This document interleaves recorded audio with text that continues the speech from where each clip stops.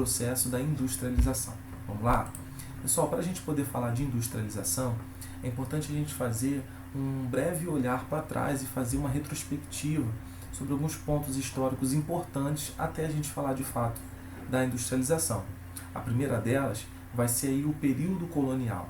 Vamos lembrar que o período colonial vai ser aí colocado como um processo muito importante para a produção exclusiva da manufatura de açúcar. Então toda a produção vinda do açúcar vai ser a maior atividade feita no território nacional. A partir daí, em 1785, a gente vai ter o alvará proibindo a instalação de qualquer tipo de funcionamento de indústria feita nessa colônia. Mas, mais um passinho para frente, em 1808, a gente vai ter a família real revogando essa atividade, fazendo com que agora seja permitido pequenas práticas dentro desse território. Em 1888, o marco que a gente tem na história do Brasil vai ser o fim, né, da escravidão, vem daí com a assinatura da Lei Áurea. Dentro dessa perspectiva, quando há essa ruptura do sistema extrativista, nós temos agora a vinda de mais imigrantes para o Brasil. Nessa vinda de mais imigrantes, nós temos agora uma série de serviços e atividades que vão ser construídas e elaboradas por essa pessoa, por essa galera que está vindo de fora com as suas experiências de outras vertentes para a produção no Brasil. E aí de 1880 até 1930, nós temos as indústrias de bens não duráveis. Feito isso, a gente começa agora a entrar no processo para entender como que ocasionou e como que começou essa industrialização. Vamos lembrar que o Brasil ele vai ser conhecido por ter a sua marca de uma industrialização tardia. Isso quer dizer que o nosso processo de industrialização ele foi muito mais lento, muito mais atrasado comparado com países europeus, por exemplo. E aí, um grande fator importante, a gente vai lembrar da crise do café. A crise que vai ser aí o boom para o nosso processo de industrialização. A gente vai ter toda essa atividade cafeeira de 1850 até 1930, com uma ampla infraestrutura de capital, com mão de obra para trabalhar, um mercado consumidor, energia, transporte, toda a estrutura e energia do Brasil era toda ela voltada para a produção e a exportação de café. E em 1929 a gente vai ter um colapso econômico mundial que vai ser a queda, né, ou a quebra da Bolsa de Valores de Nova York em 1929. A partir dos anos 30, nós vamos ter, a partir dessa crise que vai ser instalada, novas possibilidades que o governo vai encontrar de mudar a sua estrutura econômica e deixar de ser refém da produção de café e passar a ter novas fontes produtivas, novas fontes de renda. Porque vamos lembrar de que o Brasil vai ser um modelo agroexportador. Toda a produção dele era voltada para o mercado externo, para a Europa, para os Estados Unidos. E a partir do momento que há uma quebra dentro desse processo, nós precisamos ver novas formas de se industrializar e de se modernizar. Até que a gente chega na intervenção do Estado. A gente chega agora no governo Getúlio Vargas, que vai ser um grande marco da história brasileira, com seu governo de 1945 a 1951, onde a gente vai ter grandes investimentos maciços do Estado, do governo, para a implantação do que vamos chamar de indústria de base. Lembra disso? Indústria de base. Indústria de base vai ser o marco aí do governo de Getúlio Vargas, onde ele vai construir diversas estatais conhecidas por você. Nós vamos ter a criação da Companhia Siderúrgica Nacional, da Petrobras, da Vale do Rio Doce, da Hidrelétrica do Vale do São Francisco, o Banco Nacional de Desenvolvimento Econômico, o BNDE. Então vão ser grandes intervenções do Estado para produzir, para conseguir colocar uma indústria sólida de base de matérias primárias no Brasil. A criação, por exemplo, do Ministério do Trabalho e das Leis Trabalhistas, né, que vai ser a CLT. E toda essa atividade vai estar muito concentrada onde, pessoal? No Sudeste brasileiro. Rio e São Paulo vão estar sediando esses investimentos, vão estar sediando essas novas práticas vindas do Estado. E eu acabo fazendo o fortalecimento do mercado interno, fazendo com que agora o meu alvo não seja exclusivamente exportar, mas sim estabilizar o meu mercado interno, principalmente após a Guerra Fria, onde eu tenho a entrada e a abertura econômica para as multinacionais no Brasil, ok? Mais para frente, aí de 56 a 61, nós vamos ter o governo JK, de Juscelino Kubitschek. O governo de Juscelino vai ser marcado por slogans muito importantes, como, por exemplo, os 50 anos em 5. Vamos lembrar que esse processo que ele vai colocar no seu plano de metas vai ser de trazer grandes investimentos do Estado para setores de energia e transporte, consolidar o Brasil e trazer um desenvolvimento muito rápido dentro de uma estrutura que precisava ser acelerada por estar atrasada em relação a outros países. A entrada maciça de capital estrangeiro por meios de setores industriais, principalmente o setor automobilístico, vai ser o grande empreendedor dentro desse processo.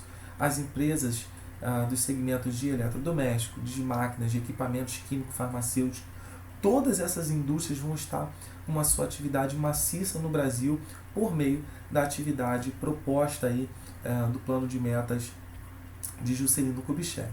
Quais vão ser, pessoal? Uma das criações muito importantes que ele vai ter vai ser a criação, por exemplo, de políticas de reestruturação regional.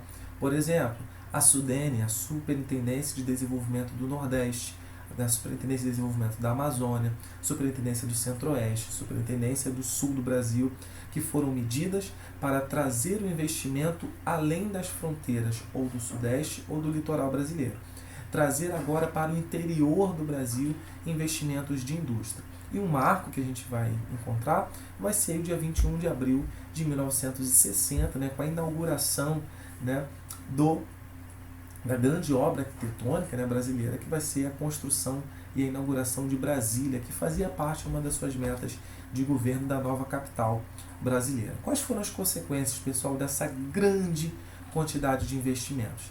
Eu tenho a consequente aumento da dívida externa. Eu tenho uma grande inflação e uma concentração industrial ainda no Sudeste, mesmo que eu tenha políticas de levar para outros locais do Brasil. Por que eu tenho endividamento? Porque para eu fazer essas grandes obras em pouco tempo, eu preciso fazer empréstimos com bancos estrangeiros. E eu acabo aumentando a minha inflação e aumentando o meu endividamento. Dali para frente, a partir de 64 a 85, você já sabe o que a gente está falando, que é o processo de regime militar. Dentro desse regime, pessoal, nós vamos ter várias atividades importantes para o crescimento da indústria brasileira, como, por exemplo, o milagre econômico, que vai compreender de 68 a 74. O que vai ser o milagre econômico? Vão ser índices altíssimos de crescimento no Brasil, principalmente no PIB. Eu vou ter um crescimento no PIB de 10%. Vamos lembrar que hoje, atualmente, nós temos um crescimento do PIB de 1,2%, 1,5%, 3%, com um olhar muito otimista para o crescimento do PIB. Esse crescimento exponencial foi tão grande ao ponto de fazer com que o governo militar, dentro desse período, fizesse diversos investimentos e obras muito impactantes na estrutura do Brasil, que permitiram a fluidez do território. Vamos lembrar que o governo militar existia um lema, integrar para não entregar, ou seja, eles viam que o Brasil precisava ter uma rede, precisava ter uma malha em conjunto e não ilhas de produção de formas isoladas. Uma das grandes construções faraônicas que a gente pode citar vai ser a Ponte Rio-Niterói, as hidrelétricas de Itaipu e Tucuruí, a Transamazônica, Angra 1 e Angra 2, ou seja, um investimento muito grande em infraestrutura e energia.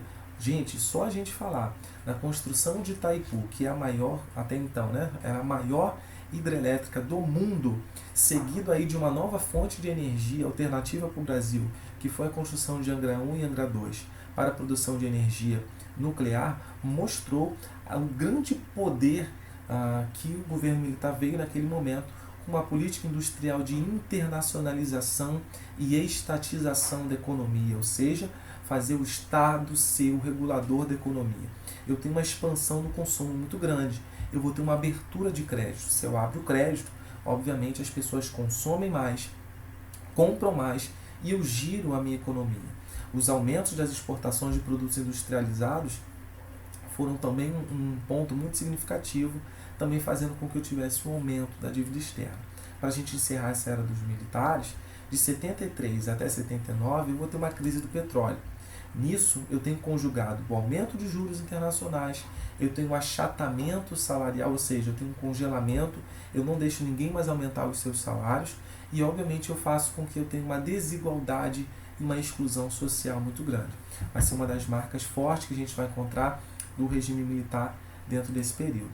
O que é importante a gente lembrar é que dali para frente nós vamos ter aí, né, as últimas décadas do século XX, uma importante bandeira que vai ser o neoliberalismo, a nova forma de comércio, a nova forma capitalista. A gente vai ter os anos 80 sendo marcado por década perdida, por vários planos econômicos tentando ali se reerguer novamente a economia, com vários tipos de planos econômicos que vão ser, na verdade, frustrados sem ter grandes índices marcantes para o processo neoliberalista. A gente vai ter aí, já na década de 90, com a presença aí de Collor, né, após a saída do governo militar, sendo esse presidente democraticamente eleito, que vai sofrer o seu impeachment em 1992 e vai ser afastado. Do período de 94 para frente, é a época marcada pelo governo de Fernando Henrique Cardoso, onde ele vai incluir agora essa política neoliberal como as privatizações. Diferente de Getúlio, que era criar estatais, Fernando Henrique vai agora privatizar, vender para o mercado privado grandes ações e empresas do governo, como principalmente telefonia, que foi uma das marcas mais importantes que a gente teve. E essa desconcentração industrial. Eu começo de fato agora a ter um país com uma estrutura muito mais espaçada e não somente concentrada no sudeste brasileiro. Por fim, a gente já tem no início, né, dos anos 2000, o início de uma nova política do Estado, que vai ser a política de assistencialismo, marcado aí pelo início do governo do presidente Lula. Então, dentro dessa perspectiva, a gente tem um novo panorama do crescimento da indústria brasileira, a tornando muito mais sólida, muito mais eficiente, comparado aí com o que eram os seus anos anteriores. O nosso modelo tripé econômico baseava-se principalmente no capital estatal, no capital privado nacional e no capital privado estrangeiro. Então, eu tinha uma série de conjuntos entre o que o Estado iria fazer com as suas indústrias de base, suas indústrias de produção, o que o capital privado nacional iria fazer com suas indústrias de bens e consumos não duráveis, e o que o capital privado estrangeiro, que eram suas indústrias de bens de produção e de bens de consumo duráveis, iria contribuir para o processo econômico. Esses três arranjos juntos faziam com que a gente tivesse uma produção muito mais incisiva sobre a política industrial brasileira. Ok, pessoal? Nós ficamos por aqui.